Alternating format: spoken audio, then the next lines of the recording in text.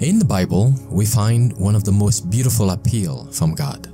It says, "Today, if you hear His voice, harden not your heart."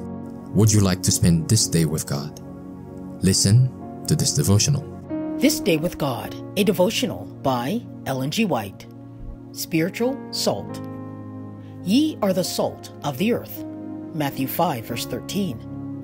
God requires those who claim to believe the Bible, the standard of Christian character, to bring the Christ-likeness into all their service, that not one particle of the salt shall lose its preserving influence.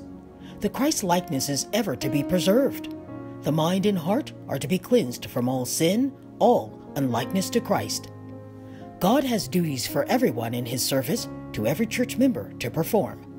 His people are to exalt the power of the law above human judgment. By bringing the entire being, body, soul, and spirit into harmony with the law, they are to establish the law. God will open the way for His subjects to perform unselfish actions in all their associations, in all their business transactions with the world. By their acts of kindness and love, they are to show that they are opposed to greed and selfishness and are representing the kingdom of heaven in our world. By self-denial, by sacrificing the gain they might obtain, they are to avoid sin, that in accordance with the laws of God's kingdom, they may represent the truth in all its beauty. But if our words and actions are unchristlike, if the spirit we cherish is not helpful, if we retain the old unsavory traits of character, studying how we may get the best of the bargain to the disadvantage of someone else, if, unmindful that it is our duty to help one another, we care little whether we hurt and destroy a brother's prospects, we are as salt which has lost its savor, good for nothing but to be cast out and trodden underfoot as valueless.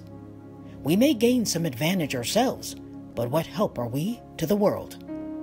How can we have preservative qualities of character as salt which retains its savor? How can we exert a saving influence?